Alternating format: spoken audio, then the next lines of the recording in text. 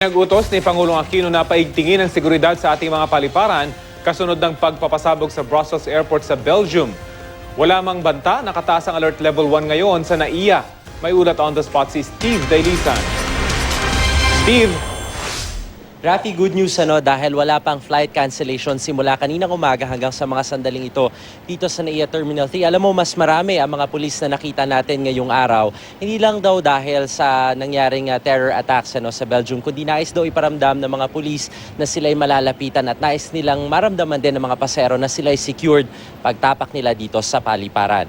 Mismo ngang si Mr. International 2014, PO2 Neil Perez ang kasama ng Police Community Relations Group sa pag-iikot kanina, Rafi, at namahagi sila ng mga pulyetos sa mga pasahero. Aminado yung mga pulis na sa dami ng mga pasahero ay outnumbered sila, pero kung mapagmatyaga mga pasahero, may katuwang daw sila sa pagmamasid sakaling may mga masasamang loob. Bukod sa mga pulis ay nakaposisyon din ang help desk ng DOTC para alalayan ng mga pasahero. Ang ating objective po dito is to win the hearts and mind of the people. Paano po ba natin talaga mapapanalo yun? So ang ginagawa nga po natin, inilalapit po natin sa kanila yung ating serbisyo. Importante rin, Rafi, na alam ng mga pasahero yung kanilang karapatan sa ilalim ng Passenger Bill of Rights. Itong si Aling Ami Barcena na kausap natin kanina, alas 3 pa yung kanyang flight mamaya, pero alas 10 ng umaga ay nandito na sa airport para hindi raw maiwanan ng eroplano. May kunting takot daw sila dahil sa pag-atake dun sa Belgium, pero ipaubayan na lamang daw nila sa dasal yung kanilang biyahe ngayong araw. Medyo kinakabahan din kasi siyempre hindi mo rin masabi, no? Kaya just praying na lang.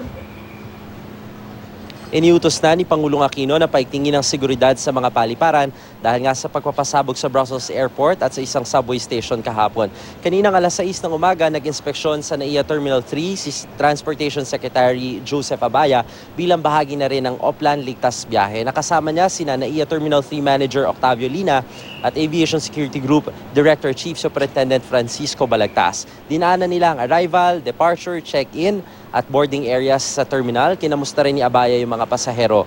Ayon kay Abaya, may pagkakaiba naman ang security sa NAIA sa Brussels Airport dahil may vehicle checkpoint at x-ray screening bago pa man pumasok ng terminal. Kahit walang banta sa seguridad, itinaas na rin sa alert level 1 ng NAIA terminals ngayon. A heightened alert is level 1 is much higher than the normal operations. So ito yung karagdagang tao at we are likewise in this preparation just because Semana Santa ngayon. So we're deploying police visibility, K9 units, a heightened alertness checkpoint natin prior to vehicle entry. Mas marami ring security personnel na nag-iikot, lalo pat maraming pasahero ngayong Semana Santa.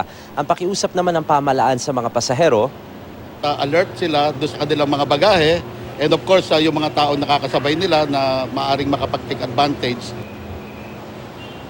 Alam mo, Rafi, 60,000 ang expected na departures ngayong araw dito sa NAIA. Simula 9 AM kanina ay meron ng 23 delayed flights. Posible pang madagdagan yan hanggang mamaya dahil tuloy-tuloy pa rin naman yung pagdating ng mga pasahero. At kapag may isang flight na na-delay, naapektuhan yung mga susunod.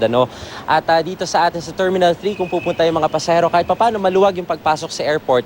Pero kung kayo magagaling ng EDSA, dadaan kayo sa tramo, asahan po ninyo na medyo mabagal yung usad ng mga sasakyan. Gawa pa rin nung tuloy-tuloy na pag-konstruksyon dito pa rin sa NAIA Expressway. Yan muna ang latest mula pa rin dito sa Terminal 3 ng NAIA. Balik sa'yo, Rafi. Steve, buti nabanggit mo yung kaibahan ng ating security setup sa Brussels tsaka dyan sa NAIA. Dahil sa atin nga meron pang checkpoint. Pero pagkatas kasi ng checkpoint, hindi ba may pila pa rin ng mga papasok para naman sa unang screening? Doon ba may pagbabago, Steve, na silang ginagawa? Or mas marami nagmamanman doon sa mga nakapilang papasok ng mga pasahero, Steve?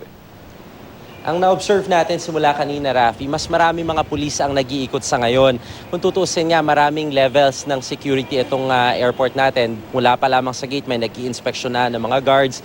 Pagpasok mo dito sa may entrada, meron na rin mga dadaan na kang security dyan. Meron pa nga silang nilagay na monitor dun sa labas, yung mga dapat mong dalhin, yung mga hindi mo dapat dalhin, particular yung mga bala na paulit-ulit na ipinapaalala ng mga security officers dito. Pagpasok mo, meron kang x-ray scanner na dadaanan, pagka-check-in, pagpasok mo dun sa final check-in, meron ulit x-ray scanner. So, kumbaga, masinsin naman din yung dadaanan mong proseso. Pero ang pakiusap nga ng mga security officials dito, particular na no, ng mga police, hindi nila mababantayan lahat eh. Ang kailangan nila ay maging mapagmatsyag yung mga pasero kung merong mga kahinahinala, halimbawa mga bagaheng iiwan o kung anuman, agad ipagbigay alam sa mga otoridad, Rafi.